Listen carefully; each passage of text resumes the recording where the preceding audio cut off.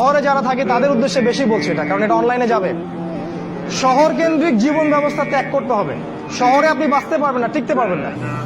শহরগুলো ধ্বংস হয়ে যাবে। আল্লাহ পাক বলেছেন ওয়াইম মিন ক্বরিয়া ইল্লা নাহনু মুহলিকুহা ক্বাবলা ইয়াউমিল কিয়ামা, কিয়ামতের আগে প্রত্যেক নগরী আমি ধ্বংস করে দেব। আল্লাহ পাক বলেছেন শহর থাকবে না।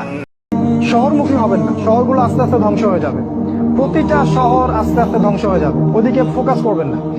গ্রামাঞ্চলের দিকে ফোকাস করেন, এদিকে আপনি জমি কেনেন, ডেইরি প্রজেক্ট করেন, পশুর খামার করেন, মৎস্য চাষ করেন, কৃষিকাজ করেন, এই দিকে ফোকাস করেন।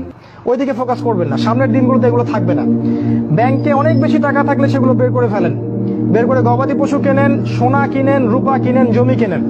অনেক বড় অঙ্কের টাকা এইভাবে রাখবেন না, কারণ ব্যাংকিং সিস্টেম সামনে থাকবে না, ইলেকট্রনিক মানি সামনে থাকবে না। এখন যেমন ইলেকট্রনিক মানি দিয়ে সব লেনদেন করছেন, এটাও সামনে থাকবে না। আপনি সামনে নিঃস্ব হয়ে যাবেন, নিঃস্ব।